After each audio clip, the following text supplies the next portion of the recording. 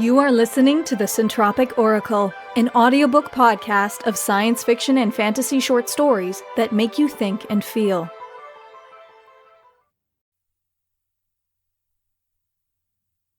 Appropriate by Steve DuBois. The poster bore an image of a tiny kitten dangling from a clothesline, hind legs kicking desperately against the abyss. "Hang in there," the caption read. Horatio Salazar, Westside High School problematic conduct officer, had hung the poster in an attempt to reassure the students who were summoned to his office. Occasionally it even worked. Seigneur loved that poster, Salazar thought. Back when she was Consuela. Back before her third strike. A sweet girl. But she should have known that piñatas originated in China and that they only became Spanish through cultural appropriation. In the corner opposite the poster lurked Mr. Saib, the massive floating cybernetic automaton charged with ensuring the students' safety. In Salazar's experience, the presence of Mr. Saib did not reassure the students. Perhaps it was the perceptive cortex lit up like a pair of glowing red eyes, or the arms of corduroyed titanium capable of restraining an adult bull elephant. The kitten worked better. Perhaps that was why, when Declan shambled through the door, staring sheepishly at the stain-proof carpet, he gravitated to the chair beneath the poster.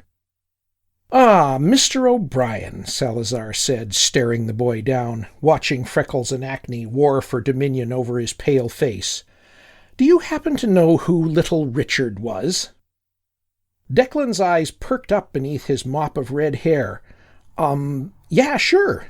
A wop bop-a-loo bop, a wop bam boom." He grinned. A part of Salazar was impressed. He truly knows and appreciates the culture. A shame he couldn't leave it at that. "That line is from his 1955 song Tutti Frutti," said Salazar. "A song that was, at the time, deemed to be too suggestive when performed by a person of color. So, record companies assigned Pat Boone, a white man, to record a cover version. He and they made millions. Little Richard went hungry." He paused. "Can you guess why you're here, Mr. O'Brien?" The boy licked his lips. Nodded. The rap video, I guess." Salazar nodded. "The rap video." He made a sweeping gesture to the far wall, and the sensors activated, transforming it to a video screen. An image of Declan, bedecked in iconic hip-hop fashion, flickered into existence. Behind him, a crew of similarly dressed cohorts flailed in unison to a syncopated beat. The boy in the foreground mugged cheerfully as he strutted and pranced, chanting in time. "I don't want to be lean, don't want to turn green, don't want no crap from the soda machine. I hope you understand just exactly what I mean when I say what I want is a potato." The background lit up with images of tubers in various states of preparation, raw, baked, French-fried, boiled, as Declan's crew joined him, chanting in celebration of their glory, "Pa-potato, pa-pa-potato, pa-potato, pa-pa-potato." Salazar swiped contemptuously at the screen, which went blank. He turned his gaze on Declan, who stared down at the carpet, abashed. "Yeah," he muttered, "it's not our best work." "The quality is immaterial," Salazar intoned. "Rap is an African-American art form, Mr. O'Brien, pioneered on the east coast of the United States a century ago as a means of expressing that people's unique and vibrant culture." He paused. "And stolen almost immediately by Caucasians for their personal profit. Marshall Mathers, Iggy Azalea, Bonzo Bellimer, and now, it seems, by you." He paused. "What do we call it, Mr. O'Brien, when an artist seeks to intrude upon another's cultural expression by claiming it as his own?" Declan gulped. "Appropriation," he stammered. "But I swear I never—" Salazar returned his stare. "You've been warned before. Your previous video." He glanced at Mr. Saib for a moment. The robot's visual sensors lit up with a cherry glow, and it glided silently across the room on its null-grav jets to lurk behind Declan. Declan's complexion had transitioned from merely pale to deathly white. He threw up his hands. Yes, I get it. 2 strikes. I didn't mean to. I was just having... Okay, never again, I swear. Salazar shook his head. 3 strikes, Mr. O'Brien. Declan's eyes went wide with horror as Salazar gestured again at the wall, which sprung to life with a still image.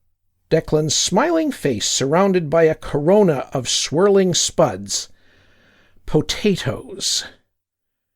Declan suddenly found himself unable to move.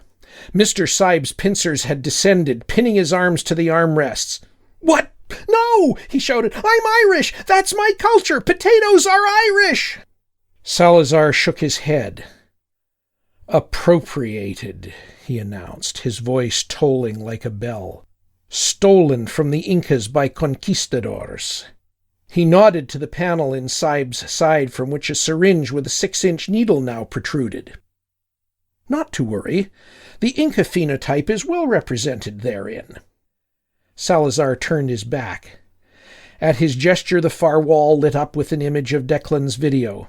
The boy's screaming really is quite excessive, he thought, and boosted the soundtrack to drown it out. "I was walking through the supermarket just the other day. Clerk said if you want these tater tots, you're going to have to pay." Salazar found himself tapping a toe to the rhythm. The boy does have some talent, he thought. Once the retrovirus does its work, there might be hope for him. Race had no basis in genetics, but Salazar had always found that the appearance of race was sufficient to trigger the relevant social effects. Once the alleles in Declan's cells changed, altering his skin tone, his bone structure, his facial features, once he'd undergone acculturation with his new host family and chosen his new, culturally appropriate name, once he'd spent enough time behind his new face to be certified as fully authentic, well, who could say what was possible? "It could be that I've given the world a true artist," Salazar mused.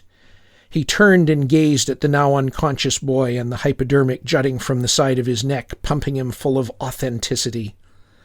"I am an educator by trade, but given that I am reshaping the materials I've been given into newer, more beautiful forms," he glanced at Declan, "could it not be said that I am an artist as well?" Salazar smiled. An artist, then. The title struck him as entirely appropriate. We hope you enjoyed Appropriate by Steve DuBois, read by Rob Gillespie. If you'd like to learn more about the author and narrator of this story or make a donation to them, follow the story page link in the description. Pledge your support to us on Patreon for cool rewards and to help us bring you more stories. If you would like to submit a story for consideration or apply to be a narrator, a link to our submission guidelines is in the description.